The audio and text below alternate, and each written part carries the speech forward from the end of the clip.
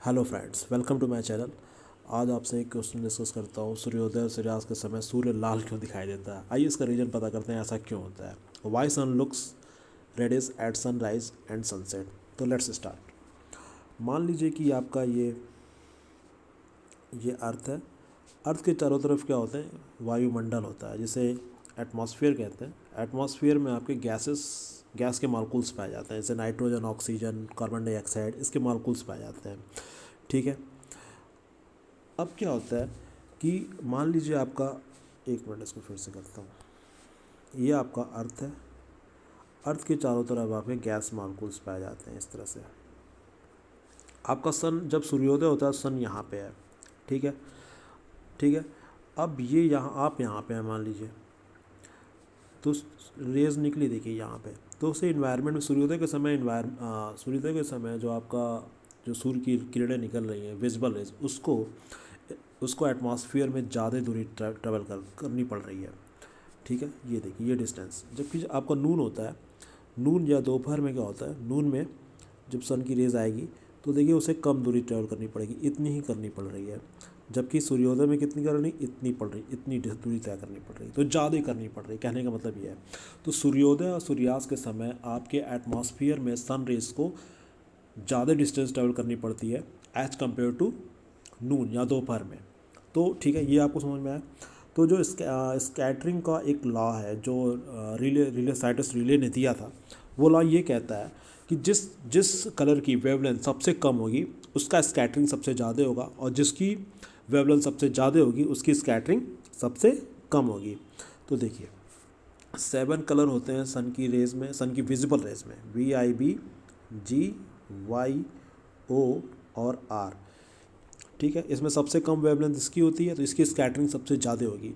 Violet, indigo, blue, green, yellow, orange और red, इसमें सबसे कम वायलेट की, उसके बाद ये बढ़ती जाती है। वायलेट, इंडिगो, सबसे ज़्यादा आपकी रेड की होती है। तो स्कैटरिंग का लॉ यही कहता है कि आपकी वायलेट की जो होगी सबसे कम होगी, तो इसकी स्कैटरिंग क्या, वायलेट की वेवलेंथ सबसे कम होगी तो इसकी स्कैटरिंग सबसे ज़्यादा होगी, और रेड की वेवलेंथ सबसे ज़्यादा है तो इसकी स्कैटरिंग सबसे कम होगी। बस यही ट्रिक है। तो मान लीजिए कि जैसे कि सुबह के समय क्या हुआ, सात कलर निकली वहाँ से विजिबल रेज में। तो 7 कलर को हम 7 बाल की तरह दिखाते हैं। 7 बाल, 1 2 3 4 5 6 7। ये वायलेट, ये इंडिगो, ये ब्लू, ये ग्रीन, ये येलो, ये ऑरेंज और ये रेड। 7 बाल निकली वहाँ से।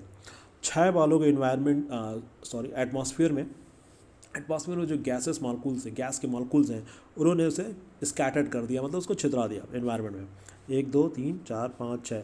लेकिन इसका वेवलेंथ चूँकि ज़्यादा था, तो इसका रेड का वेवलेंथ ज़्यादा था, तो इसका छितराव नहीं हो पाया। तो ये बॉल क्या हुआ, आपके हाथों में आ गया। मतलब 7 बॉलें निकली, 6 छितरा गई, 7वीं बॉल आपके हाथ में आ गई। तो सेम वही है, 7 कलर निकले, 6 कलर छितरा गए स्कैटरिंग के लॉ से। चूँकि उनकी वेवलेंथ आपकी कम थी, स्कैटरिंग ज़्यादा हो गई।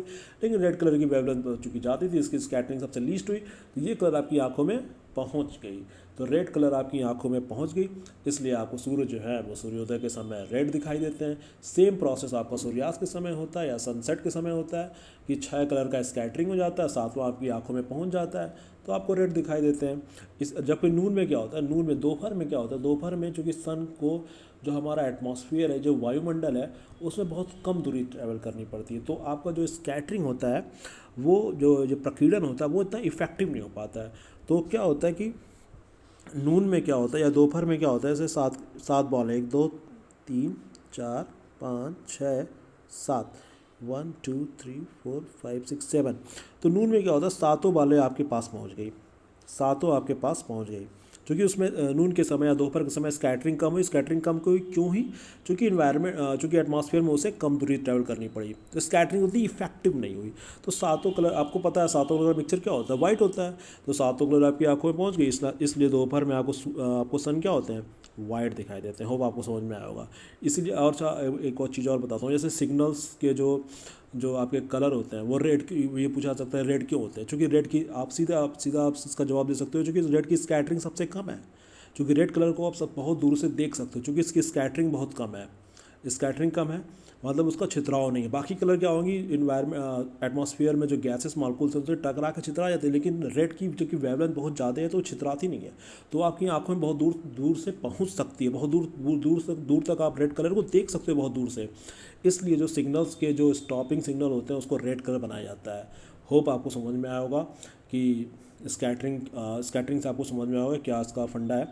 तो thanks for watching this video. अगर वीडियो अच्छा लगे तो लाइक करिएगा, चैनल को सब्सक्राइब करिएगा।